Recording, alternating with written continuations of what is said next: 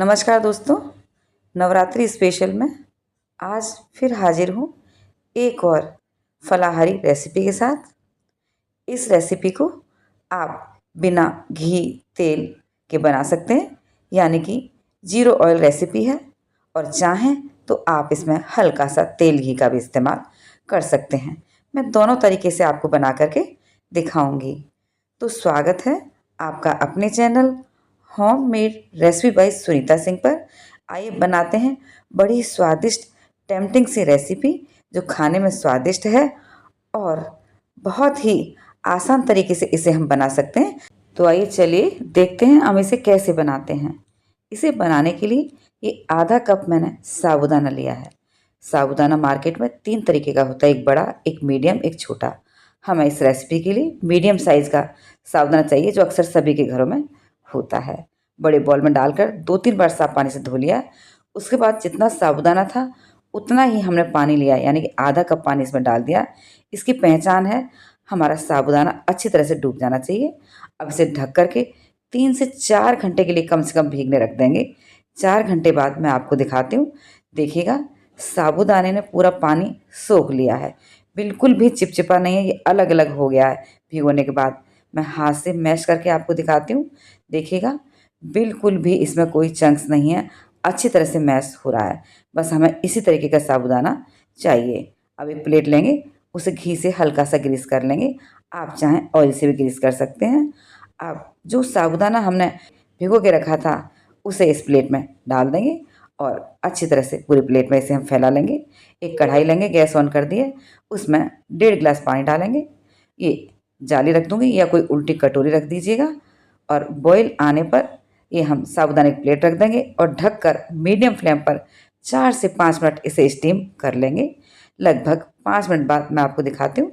देखिएगा, साबूदाना ट्रांसपेरेंट हो गया है, यानी कि पक चुका है। अब हम गैस की फ्लेम बंद कर देंगे और प्लेट को बाहर निकाल कर इसे ठंडा कर लेंगे। जब तक ठंडा होता है हम दही तैयार करते हैं। तो आधा कप साबूदाना लिया था, उसके लिए हमने ये 1 कप फ्रेश दही लिया है। खट्टा दही ना लें, फ्रेश दही लीजिएगा, तभी इसका टेस्ट बहुत अच्छा आता है। और हम इसे अच्छी तरह से फेंट लेंगे। इसे मिक्सी में बिल्कुल भी ना फेंटें, वरना ये पतला हो जाता है। दही अच्छे से फेंट लिया। इधर हमारा साबूदाना भी ठंडा हो गया। मैं दिखाती हूँ। अब ये देखने में चिपका चिपका लग रहा है, लेकिन जब इसे हम दही में डाल देंगे तो ये एकदम अलग अलग हो जाएगा। लेकिन यहाँ ध्यान रखने वाली बात है, हमें गरम गरम नहीं डालना है। यदि साबूदाना गरम होगा तो दही हमारी फट जाएगी। तो कम्प्लीटली ठंडा होने पर हमने इसे दही में डाल दिया और देखिए एकदम खिला खिला हो गया दही में डालने के बाद। अब मसालों में हम स्वाद के अनुसार सेंधा नमक डाल देंगे, काली मिर्च पाउडर डाल देंगे। और ये चौथाई कप मैंने मूंगफली के दाने लिए थे, उन्हें ड्राई रोस्ट करके उसके छिलके उतार करके कोसली से हमने कूट लिया, वो डाल दिया। ये एक ककड़ी है, इसे छोटा छोटा कट करके डाल देंगे।